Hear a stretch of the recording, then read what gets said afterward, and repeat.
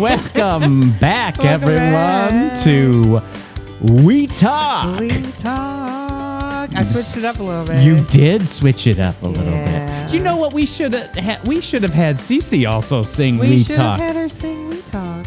You know, we have all these guests on We Talk, and lots Who of them sing, are and we've singers. never And we've never asked them to sing us, our intro. Instead, you just have to hear me. which is great. No, it's That's not what I'm saying. Oh, right. Well, today we talk to CeCe Teneal, Yes. who is a force of nature. She is a force of nature. She is such a genuine person. Yeah. Like, just a genuine, humble, love, like Bubbly.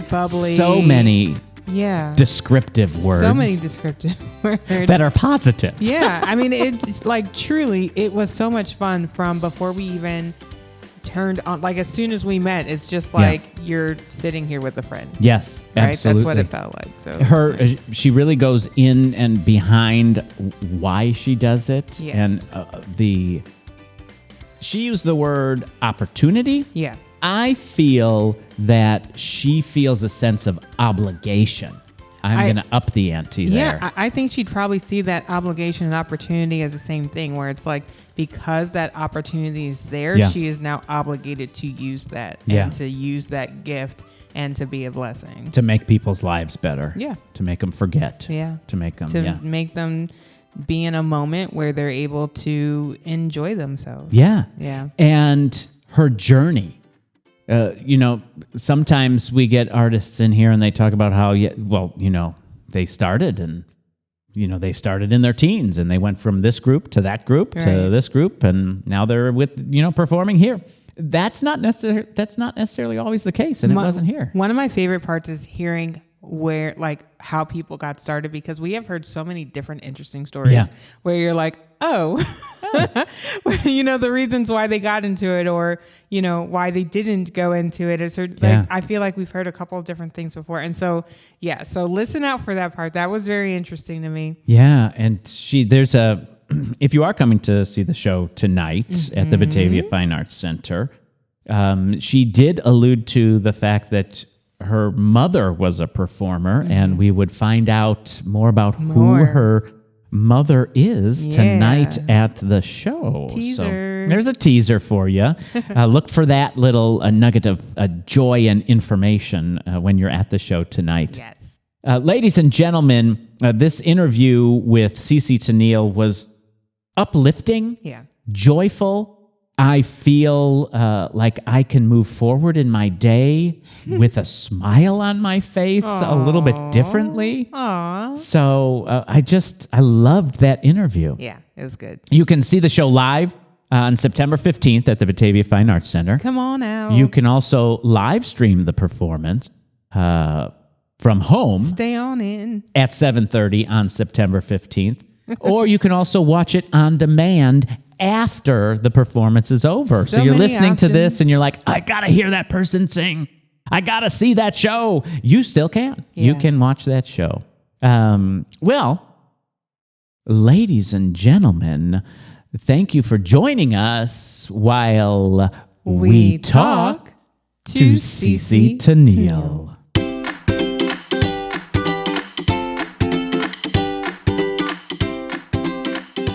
All right, so Miss CeCe Teneal, hi, you have been all over the place for quite some time. I'm just going to mention a few of the locations.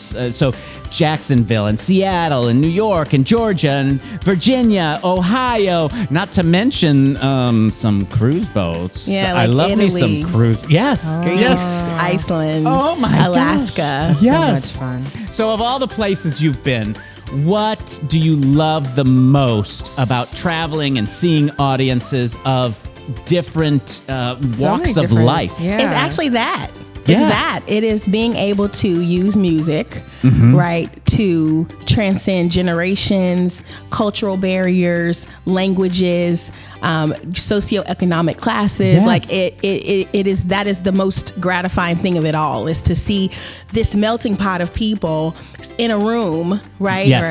Right. And I'm having a conversation with each one of them, all individually and all at the same time. Yes. Yeah. You know, Right. for me, that's the most rewarding. Like, yes, seeing the architecture and, all of that is beautiful. But for me, music really boils down to the people. And so that's what is really rewarding for me, is to get the opportunity to do that with people in all different languages. Yes. And not just talking at people or singing at them. I saw a video with like 12 people on stage dancing with you. And I saw one with you in the middle of the audience amongst the people, like all these great like experiences and feelings. You can see the people and what it does to them. I think that's what the thing that separates this show. Yes. And what I'm doing and how I connect with the audiences. What makes it different is that I don't see a circumstance or a salary bracket or anything. When we get in that room, we're all on even playing field, right? We are all just God's people, and we're there because we need to get something from this music. We're there because people go to shows and go for entertainment because they need a release. Right? Entertainment gets those endorphins going that you need to release that stress and that hard time. I tell people all the time, I tell my team, my staff, band, we are there because we don't know what they are carrying. Right? Yes. Sometimes I leave so heavy and I end up being exhausted because when I get on stage, I'm there to take away whatever people are going through. So I take away bad energy. I, take away some sorrow. You never know. You don't know when the last time somebody's danced. You don't know if that person has lost a loved one. You don't know what a person is going through and why they're there for you to entertain them, essentially heal them. Entertainment is healing, right?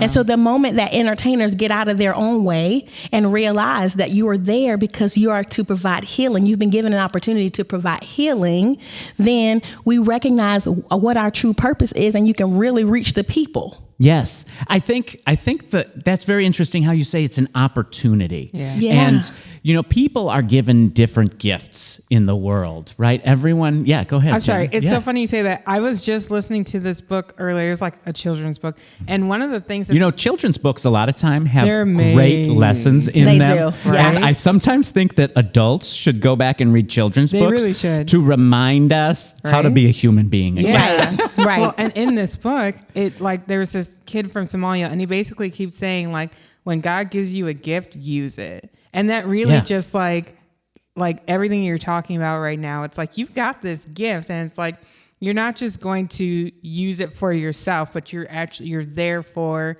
these people, and you're like having this dialogue with them throughout everything that you're doing. Right. Yeah. And if you think about it, right, and not to get, too spiritual, but I am a very spiritual person. God gives us gifts, but they're not for us. They are for his people to share. Right. So he gives it to you because he can trust you with it, because he knows that you understand that it's meant to be given away. Yeah. Well, I have a couple quotes here. Okay. I got some quotes here.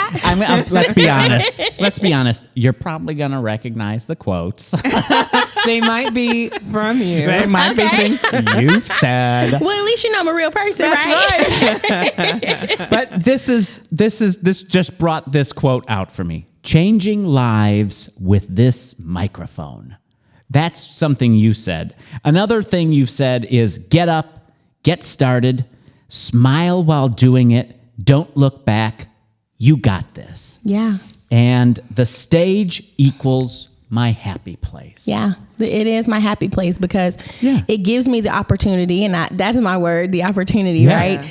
Because I don't take the opportunity for granted. There could be so many singers here or on any stage. There could be so many, but I'm the chosen one. And so I take that as an opportunity. I don't take it lightly. I don't take it for granted. So that being my happy place is because I want to try to make everybody happy. right? And when did you discover that about yourself? If you look back at Miss Teneal's history of life, when would you liked my little dance there? I was in a time machine and I was going back. Yeah, That's I like what that it. was. I like it. But when do you first remember discovering what your happy place was, and what was that like for you? You know, if I'm really honest, okay, so my mom... We want you to be honest. So I don't want to give away too much that I'm going to say in the show, but my mom was an international singer, right? She toured all over the world, and she left us at home with my grandparents all the time. Mm-hmm. So I was like, I am not going to be a singer when I grow up. Oh, that's so funny. I don't want to do this. I want me a nice corporate job. I want a picket fence. Well, some how'd kids. that work out, right? Yeah. And what I realized is that I was getting fantastic jobs, making a wonderful wage, went to school, did all of that. Yeah. Right. Yeah. And I never felt like, I was like, okay, this is cool. Right. But then I would move to another job. Okay, this is cool. Master that. This is cool. And a friend of mine asked me one day when I was 21 or 22, she's like, I want you, if you just sing for me for my birthday in this talent show. And I was like, well, I guess, that's all you want for your birthday. If that's all you want. Then, whatever. Mm-hmm.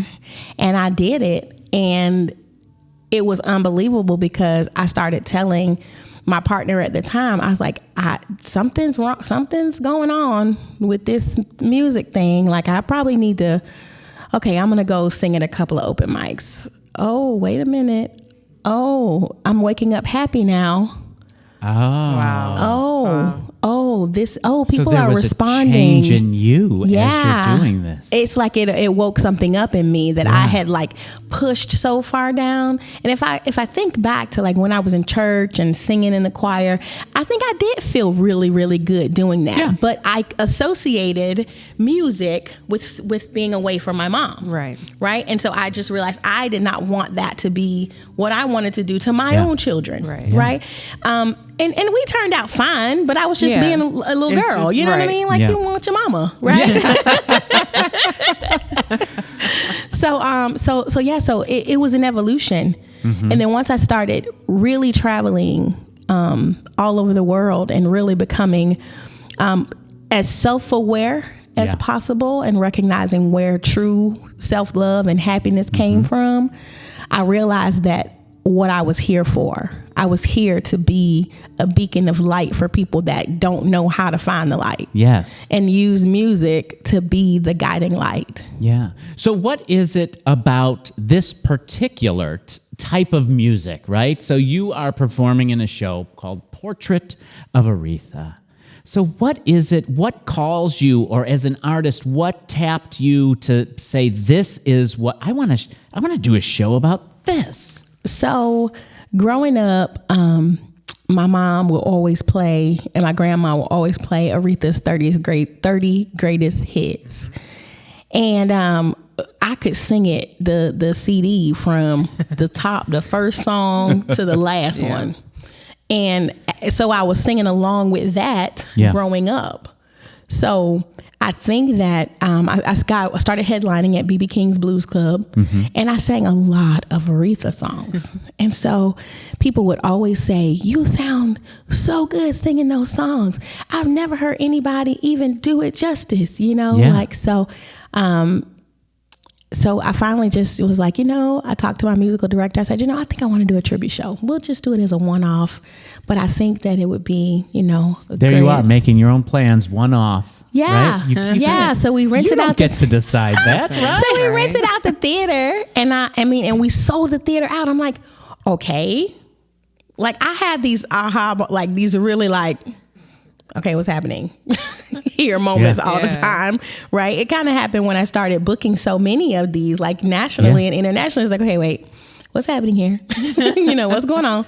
Something's happening, but I just don't know, because I'm not, I think from a humility standpoint, yes, I'm so much about the people and why I do music that it's challenging to sometimes accept that it's a successful show. Right. Yes. You know what I mean? And I'm going to tell you something.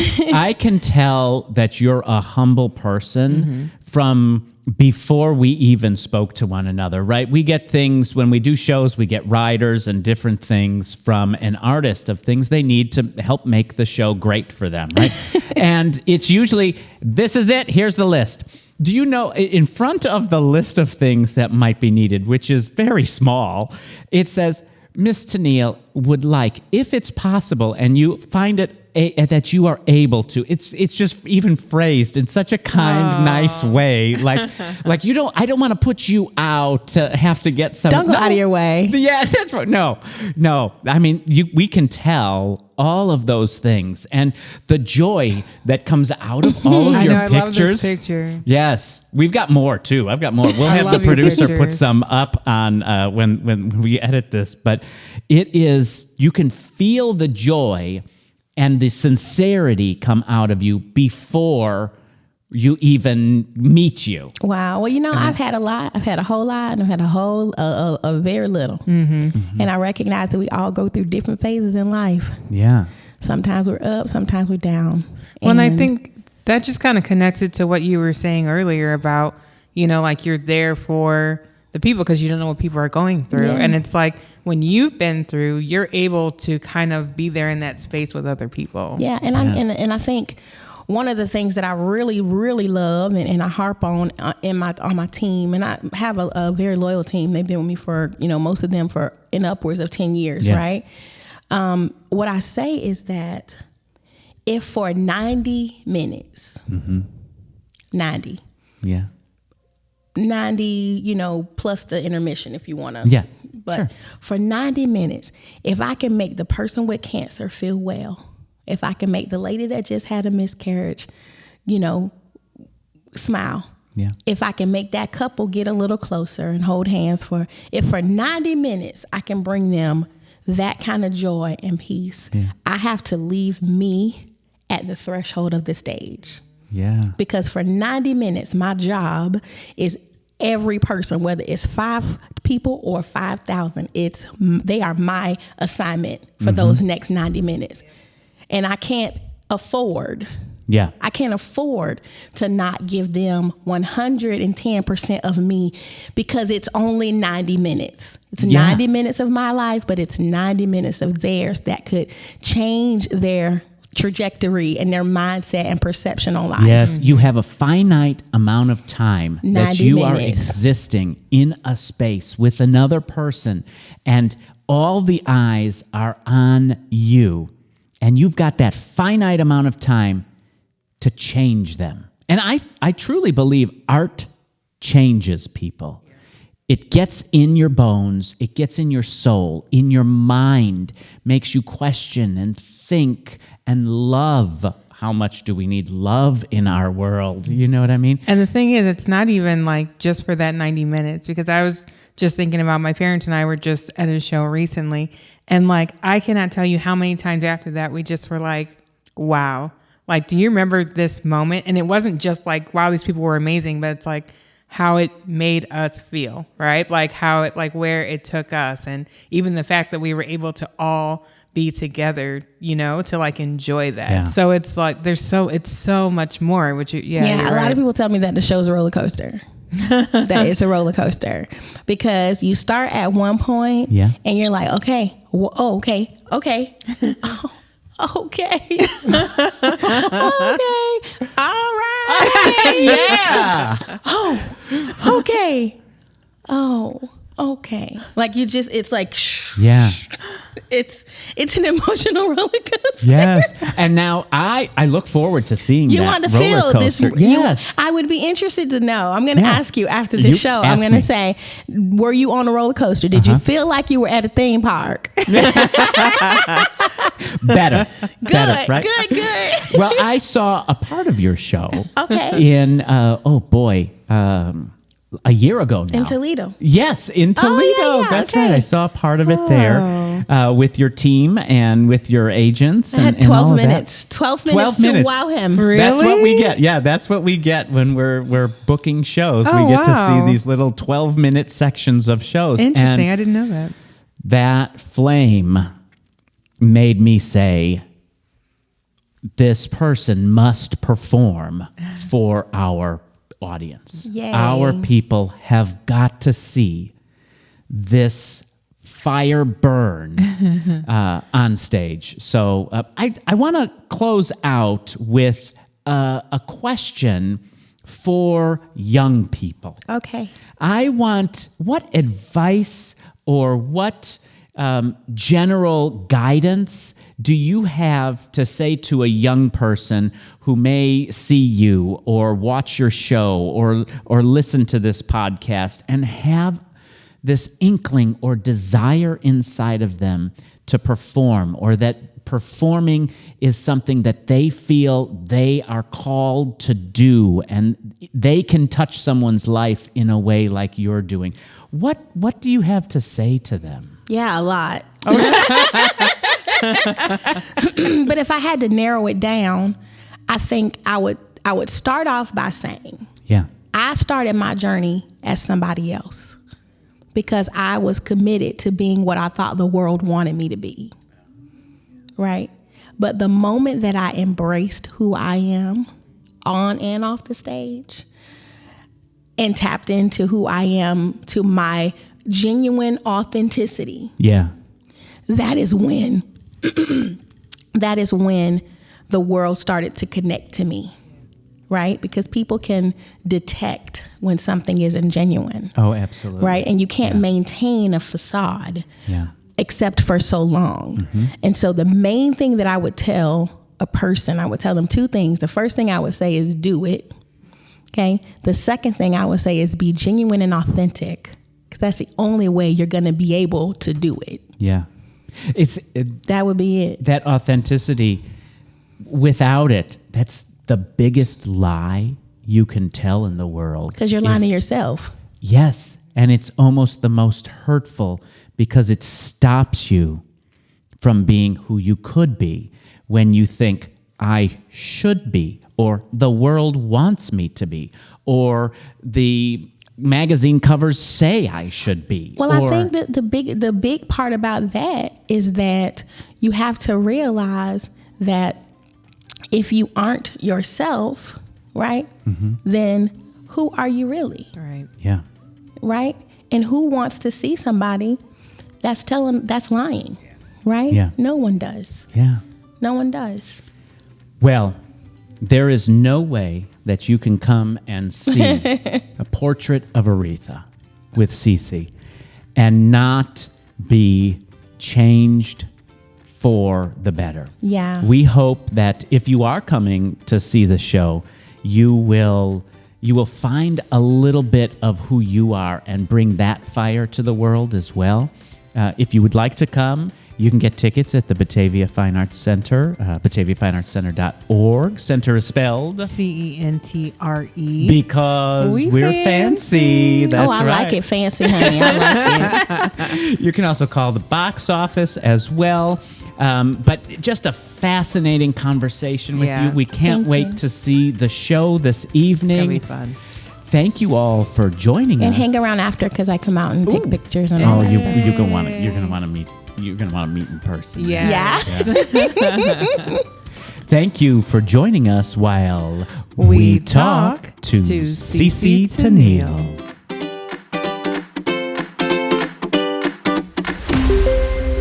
We Talk is a production of BFAC On Air.